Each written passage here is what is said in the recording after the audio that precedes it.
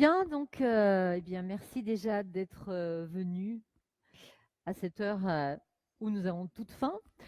Donc, moi, je suis venue aujourd'hui donc pour vous parler de ce que nous avons développé nous en termes d'accompagnement pour permettre donc à des personnes de plus de 50 ans de retrouver peut-être un peu plus facilement du travail qu'en cherchant avec des méthodologies classiques.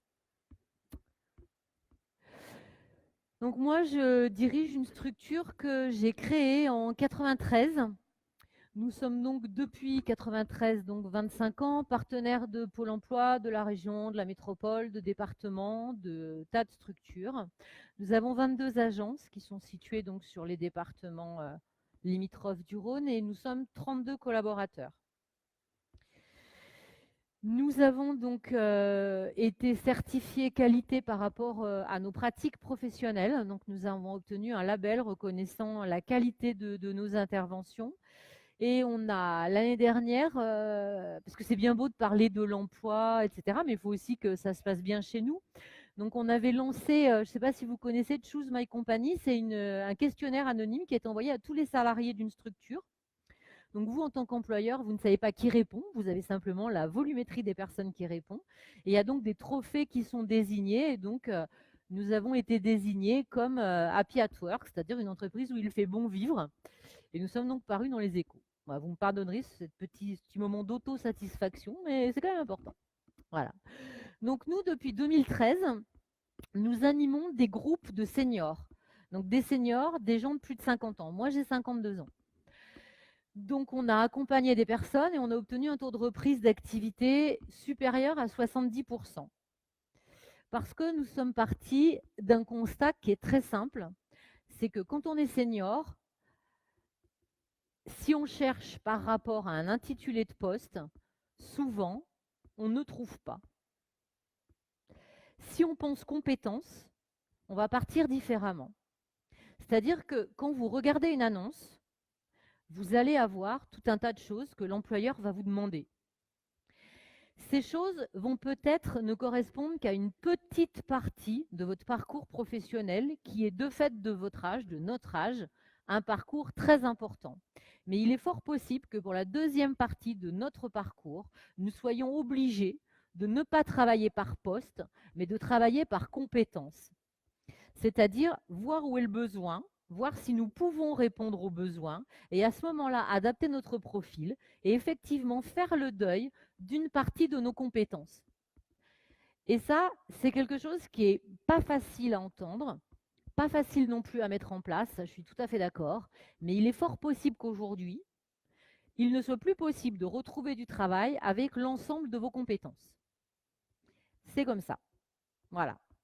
Je dis pas que c'est bien, je dis pas que c'est mal, je dis que malheureusement, voilà. Aujourd'hui, les entreprises qui recrutent, ça, vous avez les pourcentages. Donc, sur toutes les embauches qui ont été réalisées en 2017, vous avez ici la taille des entreprises qui ont embauché. Les entreprises aujourd'hui qui embauchent sont ce qu'on appelle les petites et moyennes entreprises. Et les petites et moyennes entreprises sont les entreprises qui vont être le plus intéressées par vous. Aujourd'hui, à plus de 50 ans, c'est extrêmement compliqué d'intéresser une très grosse entreprise. On ne les intéresse plus. Voilà. La petite entreprise a souvent un besoin urgent. Il faut être prêt à prendre le poste rapidement. Et souvent, vos compétences à ce moment-là peuvent intéresser l'entreprise. Et effectivement, ça, vous allez peut-être rentrer dans l'entreprise en utilisant uniquement un tiers de vos compétences. Alors après, effectivement, il y a le problème de la rémunération, il y a le problème de l'image de soi, il y a le problème bah, d'avoir acquis des choses et du coup de se dire bah, finalement aujourd'hui, je vais peut-être plus les utiliser. Ça, c'est vrai. Mais malheureusement, moi, en fait, ce que j'essaye de vous dire, c'est simplement l'écho de ce que nous, on constate sur le terrain. On a déployé cette action sur tout le département de l'Isère. On a des agences dans toutes les villes, dans quand même pas mal de villes de l'Isère. On avait en 2013 participé à une opération pilote qui avait été lancée par la direction du travail, qui disait il y a un problème aujourd'hui pour les seniors pour retrouver du travail. Donc ils nous ont mis en concurrence entre 3 structures du même type que la nôtre. Et donc, nous avons obtenu des bons résultats, ce qui explique qu'aujourd'hui, la région et Pôle emploi nous est refinancé sur cette action pour 4 ans, parce qu'effectivement, on a essayé de prendre le problème par ce bout-là, en disant travaillons par compétences et ne travaillons plus par poste. Moi, personnellement, j'anime un groupe sur Villefontaine, jolie ville de l'Isère. Je travaille avec mes stagiaires uniquement sur les annonces par secteur géographique, c'est-à-dire qu'ils me ciblent un secteur géographique et on travaille sur les annonces en disant voilà, aujourd'hui, dans le secteur où je cherche, voilà les besoins ressentis sur le terrain. Et après, effectivement, on essaye d'amener la compétence que l'entreprise veut. Maintenant, ce que je voulais aussi rajouter, c'est que si vous rêvez de l'emploi idéal, l'employeur, lui, rêve du salarié idéal. Actuellement, par exemple, à Verneil Formation, nous sommes en train de recruter un consultant ou une consultante sur Albertville, dans le 73. Effectivement, quand j'ai passé l'annonce à Pôle emploi, j'ai mis mon rêve. Vraiment, la personne idéale que j'aurais pu trouver. Les CV que je reçois ne correspondent pas du tout à mon idéal, et c'est bien normal. Donc, la personne que je vais embaucher sera très très loin de mon annonce. Bon, normalement, je l'ai trouvée. Ce qu'il faut, j'essaye d'expliquer ça parce que souvent, les demandeurs d'emploi qu'on accompagne nous disent « Ah mais non, mais moi je ne corresponds pas à l'annonce, ils cherchent tel diplôme, ils cherchent telle expérience. » Oui, mais parce que quand on lui a demandé de passer l'annonce, l'employeur a passé l'annonce idéale. Vraiment, ce sur quoi il se projetait. Maintenant, la réalité n'est jamais la même. Mais comme si vous, là, au sortir de la salle, je vous demandais quel était l'employeur idéal, c'est peut-être pas celui chez qui vous allez travailler dans un an. Parce que l'employeur idéal, bah, peut-être vous ne l'aurez pas trouvé. Ou peut-être il n'existe pas. Donc du coup, vous allez prendre autre chose parce qu'il faudra bien aller travailler. Et l'employeur, c'est pareil. Il va devoir faire un espèce de deuil de son salarié idéal. Donc ne vous fiez pas au titre de l'annonce. Ne vous fiez pas à l'ensemble des compétences, à l'ensemble des diplômes qui sont demandés. Même si, moi, ce que je dis toujours aux gens, c'est que si vous avez plus de 50% des compétences demandées, répondez à une annonce. Fixez-vous un moment. Par exemple, là, moi, je vous propose ça en deal du jour. Vous pouvez démarrer ça aujourd'hui et vous pouvez le faire pendant à peu près, je sais pas, 15 jours. Répondez aux annonces où vous savez faire un petit peu plus que la moitié des tâches demandées. En tant qu'employeur, depuis 23 ans, je peux vous garantir, alors il y a des personnes dans la salle qui sont salariées chez Verneil, d'autres qui ont été salariées chez Verneil, on cherche toujours un idéal. On ne le trouve quasi jamais. Ça arrive, hein, mais c'est vraiment extrêmement rare. Donc n'ayez pas peur de répondre aux annonces, n'ayez pas peur de travailler sur vos compétences. Alors bien évidemment, vous n'allez pas pouvoir envoyer un CV avec toutes vos compétences. Parce que l'employeur, il va prendre peur. Senior, c'est souvent associé à gros salaire pour l'employeur. Donc, si en plus vous mettez un parcours énorme, avec des compétences dont il ne va se servir qu'en partie, vous risquez de l'effrayer par rapport au salaire et donc du coup de ne pas pouvoir avoir l'entretien. Donc, vous pouvez adapter votre CV et en faire autant que d'annonces. Ça, c'est le rêve, hein. C'est-à-dire qu'aujourd'hui, avec les outils dont vous disposez, vous pouvez jouer avec vos compétences pour faire à chaque fois un CV adapté et lui dire « Je suis la personne que vous cherchez en termes de compétences, je sais faire au moins la moitié de ce que vous demandez. » Parce que la problématique qu'on rencontre aujourd'hui, c'est que l'employeur, lui, il a une demande qui est telle qu'elle est. Vous avez une offre. Mais il y a un environnement qu'il ne va pas falloir qu'on perde de vue. Et par conséquent, quand il va y avoir embauche, c'est quand il va y avoir l'adéquation entre ces trois événements, ces trois attentes. Vous offrez des compétences. Vous en avez plein à proposer. L'employeur, lui, il est en demande d'un certain nombre de compétences. Et l'environnement, c'est ce qui va faire que vous allez pouvoir nouer un lien avec l'employeur, lui montrer que vous savez faire ce qu'il attend, et que donc vous allez pouvoir vous positionner. Mais il faut revoir votre profil et vous ne pouvez pas partir avec l'ensemble de vos compétences sur tous les postes. Si vous sentez que vous pouvez répondre à l'attente de l'employeur, modifiez votre CV et envoyez. Et relancez, bien sûr. Mais après, ça, je pense que vous savez le faire. Est-ce que par rapport à ce que j'ai dit, il y a des choses qui vous ont heurté? Est-ce que c'est des choses que vous saviez déjà? Parfait.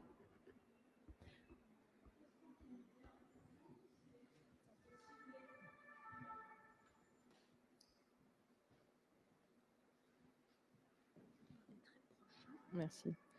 La question qui me vient, du coup, c'est il faut cibler les annonces de par les compétences et de pas par l'intitulé, mais comment faire pour justement cibler les annonces où il y a au moins 50% de nos compétences? Eh bien, vous lisez l'annonce. Oui, mais on ne peut pas lire toutes les annonces. Et si. C'est ça, c'est pour ça que c'est un travail, effectivement, mais un travail qui paye par contre. Hein. Ça, je vous le garantis. Mais c'est un boulot. C'est-à-dire que quand vous... Alors, je ne sais pas comment vous faites, vous, maintenant, pour chercher. Vous utilisez quel moteur de recherche principalement? Pour l'instant, je ne suis pas réellement active. Ah, alors, admettons, je ne sais pas moi, qui est-ce qui est en recherche active là? Alors, vous utilisez quel moteur de recherche?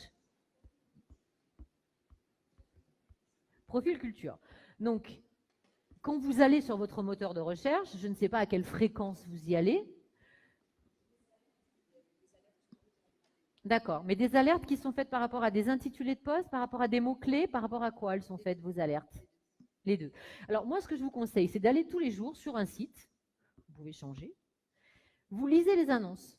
Vous ne lisez pas l'intitulé de poste, vous l'effleurez du regard. Parce qu'après, vous allez le lire, vous allez dire, ah, ça, c'est pas pour moi. Donc, oui, non, mais je sais que c'est ça. Donc, vous effleurez du regard l'intitulé de poste et vous lisez les compétences.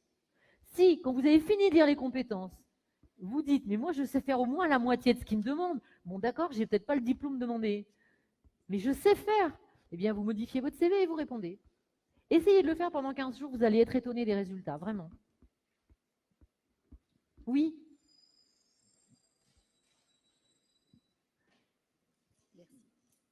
Merci pour ces conseils, c'est précieux. Moi, je me pose la question, je veux prendre un poste qui ne soit pas forcément, on va dire, dans ma carrière antérieure, parce que j'ai d'autres inspirations. Et forcément, que font les employeurs? Ils vont regarder mon passé et ils ne regardent pas forcément ma nouvelle orientation. Alors, est-ce que vous Parce avez... que j'ai pris mes compétences et je me suis dit, bah, je peux les transposer. Ouais. Et par rapport à ce nouveau poste-là que vous visez, est-ce que vous avez fait une PMSMP? Une quoi? Alors, une PMSMP, c'est une période de mise en situation en milieu professionnel. Ah oui, ça y est, je vois ce que vous voulez dire. En gros, c'est un stage. Pendant ce stage, si vous êtes indemnisé, vous restez indemnisé, vous êtes couvert en termes de sécurité sociale, accident du travail, par Pôle emploi. L'avantage, c'est que vous pratiquez le poste que vous visez pendant une période allant de 1 à 14 jours. Ce qui vous permet de retravailler votre CV en utilisant cette période de PMSMP comme dernière expérience professionnelle, juste en dessous de vos compétences, ce qui va permettre à l'employeur d'avoir un œil différent à la lecture de votre CV. D'accord. C'est le conseil que moi je vous donnerais si vous voulez changer de métier. Vous avez les compétences, vous avez visé un métier, proposez à un employeur pendant 15 jours de venir chez lui. Vous y avez, enfin, je veux dire, c'est quelque chose, ça ne lui coûte rien, ça ne vous coûte rien. Donc, sur ce coup-là, tout le monde est gagnant. Et vous voyez les conditions d'exercice du métier. Ça vous permettra aussi en entretien, parce que ce qui est toujours très compliqué en entretien, c'est quand vous y allez et que l'employeur vous dit ben, je vois que vous avez les compétences pour faire ce métier, mais vous ne l'avez jamais fait. Alors, est-ce que vraiment ça va vous plaire? Est-ce que vraiment vous allez être compétente? À partir du moment où vous avez au moins mis un pied dans une entreprise pour le faire un petit peu, ce sera toujours beaucoup plus facile de répondre à ces questions-là qu'avec rien. Très bien. Ben, merci beaucoup. Bon, de rien. Oui, il y a une question aussi devant après. Oui, bonjour. Je trouve très intéressant là, votre concept ou ce dispositif de PMS MP. Mais c'est quelque chose qui est reconnu dans la sphère professionnelle. On a oui. Quel statut? Alors, ça existe. Moi, je fais ce métier depuis 27 ans. Ça fait 27 ans que je connais. Ça a changé de nom. Avant, ça s'appelait l'EMT, l'évaluation au milieu de travail. Et là, bien sûr, maintenant, ça a changé de nom. Ça s'appelle PMSMP. Donc, c'est quelque chose qui est proposé par Pôle emploi. À partir du moment où vous êtes inscrit à Pôle emploi, Vous y avez droit. Il n'y a pas de souci, il n'y a pas de démarche, il n'y a pas d'accord, il n'y a pas de... Voilà. Voilà. Et donc pour l'employeur, on est couvert d'un point de vue assurance. Ah ben oui, l'employeur est couvert. Vous, en termes d'assurance, vous êtes couvert par votre statut de demandeur d'emploi. D'accord, ok, merci.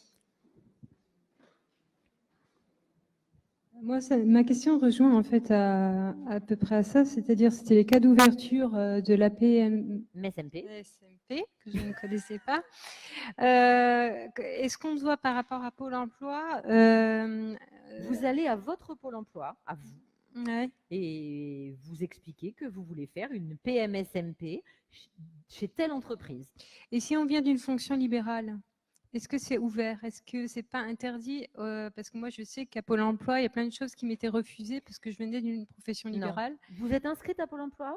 Non, j'ai essayé hier, je viens d'arriver dans la région. Ah. Alors, à partir du moment où vous aurez un numéro d'identifiant, ouais. vous avez droit à une PMSMP, que vous soyez indemnisé ou non, peu importe ce que vous ayez fait avant, que vous soyez jeune, senior, travailleur handicapé, pas, vous y avez droit. D'accord. Et la deuxième question, c'est par rapport à notre âge. C'est-à-dire que le fait qu'on soit senior, vous parlez de 50 ans, moi je parle en France, senior, c'est dès les quarantaines passées. Ils nous considèrent comme assez rigides, pas du tout flexibles comme les jeunes, avec une expérience derrière, donc difficilement malléables. Et ça leur fait peur et des fois... Alors pour ça, il y a des arguments. Voilà. Moi, je dis que le premier argument déjà pour les seniors, c'est d'expliquer que nous, on a vécu le passage entre l'ère papier et l'ère informatique en passant par le Minitel. Et ça, on sait le faire. Donc, on s'est quand même adapté à ça, et ça, c'est quand même pas rien. Voilà. Non. Attendez, on était jeunes au début, mais après, il y a eu le Minitel, après, il y a eu les balbutiements. Non, on s'est habitué, et on a su le faire. Donc, on a su aussi s'habituer au smartphone. L'avantage par rapport à un jeune, c'est que nous, on n'est pas accro au smartphone. C'est-à-dire que le smartphone n'est pas un prolongement de nos mains, comme beaucoup de jeunes. Donc, je ne veux pas faire de l'antijeunisme, mais vous savez quand même qu'aujourd'hui, ça, c'est un problème en entreprise. Les jeunes vivent avec leur smartphone. Oui, c'est clair. C'est compliqué. Nous, non. En France, nous, normalement, nous avons terminé avec les congés mat. Oui, ça c'est clair. C'est fini. Ah, c'est fini, ça. Voilà. Bon. Maintenant, on a peut-être les congés grands-parentaux, mais bon. Donc, du coup, on a fini avec les congés mat. Ça veut dire qu'on n'a pas non plus d'enfants en bas âge. Ça veut dire que le matin, nous, on va être au boulot.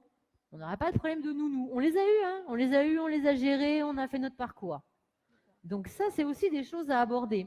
Moi, je pense que sur le ton de l'humour, on peut dire plein de choses à un employeur. Parce que je pensais à l'adaptabilité, juridiquement aussi, le pré-départ en retraite. Le pré-départ, c'est les schémas juridiques quand on est senior. Hein. C'est-à-dire que quand on arrive à la cinquantaine, ils commencent à penser à notre départ et à former un petit jeune derrière, etc. C'est pour ça, pourquoi ils nous emploieraient c'est la question que je me pose. Déjà, à partir du moment où on a passé 55, moi, je pense qu'il faut faire un relevé de carrière pour savoir combien d'années il nous reste à aller bosser. Parce que c'est quelque chose, oui, si l'employeur, vous sentez que ça peut être un frein pour lui, il ne faut pas hésiter à en parler. S'il vous reste 7, 8 ans, comme c'est mon cas, à travailler, c'est quand même pas rien. On ne va pas passer 8 ans sans rien faire.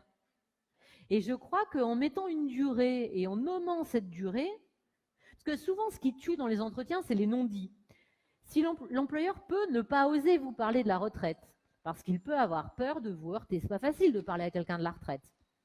Si vous vous dites, écoutez, moi, je veux travailler aujourd'hui parce que j'ai encore 8 ans à faire avant de pouvoir faire valoir mes droits à la retraite, vous allez gommer ce frein. Si vous dites à l'employeur, moi, la question que je conseille de poser en entretien de recrutement, c'est de dire, bon, quand vous avez l'entretien presque terminé, c'est de dire, bon, quel était le profil idéal type auquel vous pensiez quand vous avez passé votre annonce ou quand vous avez décidé de recruter.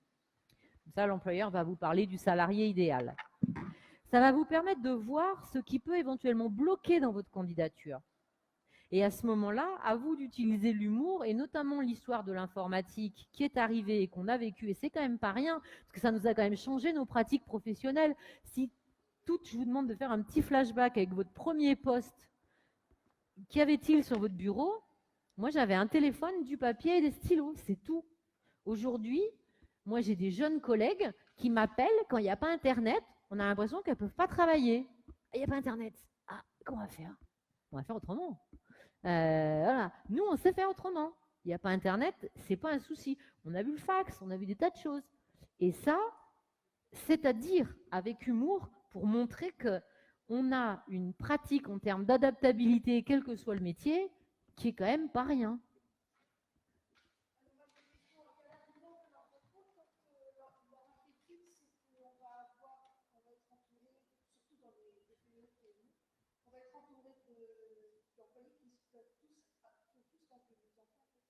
Eh bien que justement, vous êtes un élément, Madame posait la question par rapport à la pyramide d'âge dans l'entreprise.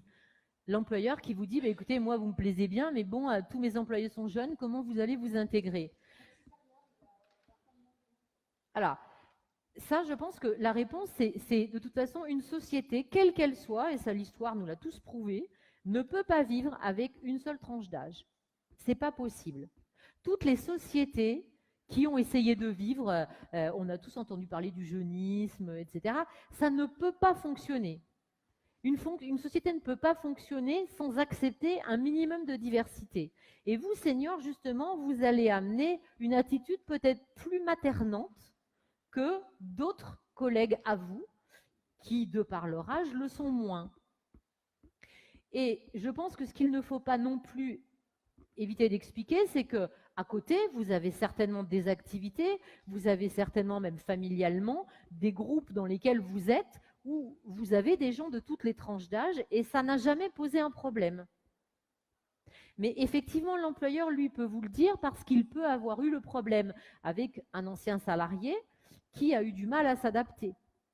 Mais vous, je pense qu'il faut que vous parliez de ce que vous faites en dehors, en disant, mais écoutez, moi, par exemple, je fais ça, j'ai d'autres personnes qui m'entourent, qui n'ont pas du tout le même âge, je suis aussi avec des personnes beaucoup plus âgées que moi, et ça ne pose pas de problème parce que chaque âge peut amener quelque chose à l'entreprise. Une entreprise avec uniquement des personnes jeunes ne pourra pas fonctionner. Une entreprise avec uniquement des seniors aura aussi beaucoup de mal à fonctionner. Nous, cette année, nous avons fait le pari, enfin l'année dernière, d'ouvrir et de prendre 2 alternants. Alors effectivement, c'est complètement différent comme mode de travail, parce que pour le coup, c'est vraiment des smartphones. Voilà. Mais ça nous a amené à nous aussi un vent de fraîcheur, et eux, par rapport à eux, on leur amène aussi des choses. Et ça, il faut l'expliquer à l'employeur. Mais c'est normal qu'ils puissent avoir cette crainte quand même. C'est la même crainte que l'on peut avoir quand on est une société, ce qui nous est arrivé aussi, exclusivement féminine, quand on embauche un homme. Nous, on a eu aussi cette peur en se disant comment il va faire pour trouver sa place. Bon, pourquoi on a embauché un deuxième? Comme ça, il est moins seul. Mais ça peut effectivement... Oui, c'est une question que l'employeur peut se poser. Mais c'est ce que je disais tout à l'heure, il ne faut pas aller sur le non-dit. Il vaut mieux tout de suite que vous rebondissiez et que vous abordiez le problème. En utilisant l'humour, moi, je trouve que ça passe toujours mieux.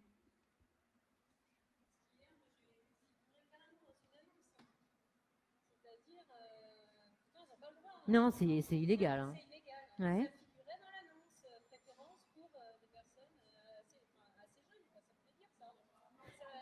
Alors, Madame a vu hier dans une annonce... Après, on peut clore là-dessus. Ah. C'est l'heure du repas. Madame, hier, a vu dans une annonce préférence donnée aux candidats jeunes. Non, Préférence pour un candidat jeune. Moi, à ce moment-là, si vous voulez le poste, moi, je serais vous, je ferais une lettre complètement à l'effet inverse. Par exemple, je n'hésiterai pas à faire une lettre à la plume. À la plume. Parce que, enfin, vraiment, il faut se battre, quoi. Il faut avoir du répondant, ouais. Mais vous en avez. Il y a encore une question, excusez-moi, il y a encore une question de madame, on peut la prendre ou pas? Allez.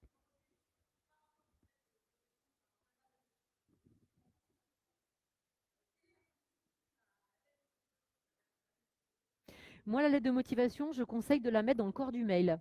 De ne pas mettre un mail en mettant « vous trouverez 6 juin, mon CV, ma lettre de motivation ». Non. La lettre de motivation, très rapide, hein. Elle est en 5 points. on se positionne sur un poste, on dit qu'on sait faire ce qu'il y a à faire, on dit qu'on sait bien faire ce qu'il y a à faire, donc on parle à ce moment-là de ses qualités, on propose un rendez-vous et on salue. 5 postes, à peu près. Voilà. Je sais faire ce qu'il y a à faire. Ce n'est pas la peine de le noyer avec votre expérience, avec tout ce que vous avez fait. Vous lui dites, voilà, vous prenez le corps de l'annonce, il cherche quelqu'un qui sait faire ça, ça, ça. Vous, ça tombe bien, vous savez faire ça, ça, ça. Grâce à vos qualités, etc., vous savez bien le faire. Rencontrons-nous pour en parler. Au revoir. Voilà, enfin, j'ai fait très court. 5 points, comme les doigts de la main. C'est hyper simple. Voilà.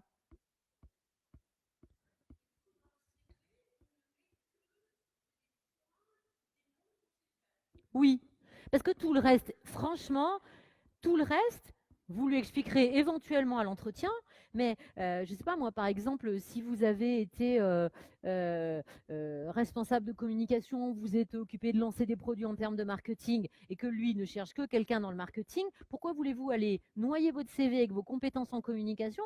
Il va se noyer en lisant le CV et il risque de dire « Ah ben non, elle ne colle pas ».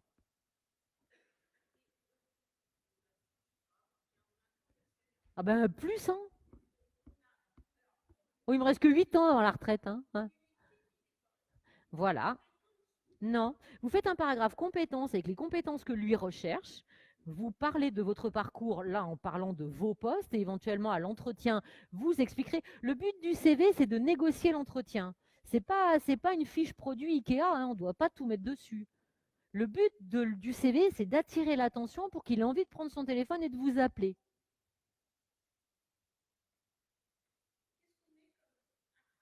Ce qu'il cherche, l'intitulé de poste qu'il cherche. Surtout pas autre chose.